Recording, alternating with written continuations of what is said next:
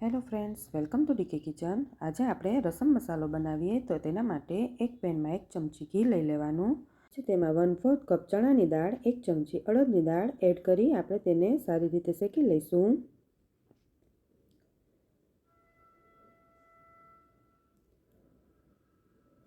પછી તેમાં 8 થી 10 લાલ સૂકા મરચાં, 1/4 કપ સૂકા ધાણા, 1 કપથી થોડું ઓછું એવું જીરું, 1 ચમચી મેથી, 2 ચમચી મરી, બધું આપણે સારી રીતે શેકી લઈએ।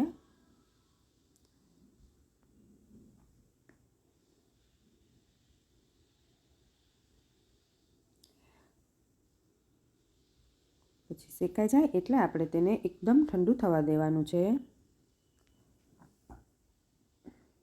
ઠંડુ પડે એટલે આપણે તેને પીસી લઈએ।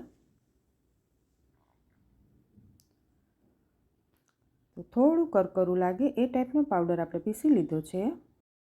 એને આપણે એરટાઇટ બોટલમાં ભરી સ્ટોર પણ કરી શકીએ છીએ। તો તૈયાર છે આપણો રસમ મસાલો। જો તમને મારો વિડીયો ગમ્યો હોય તો લાઇક, શેર અને સબસ્ક્રાઈબ જરૂર કરજો।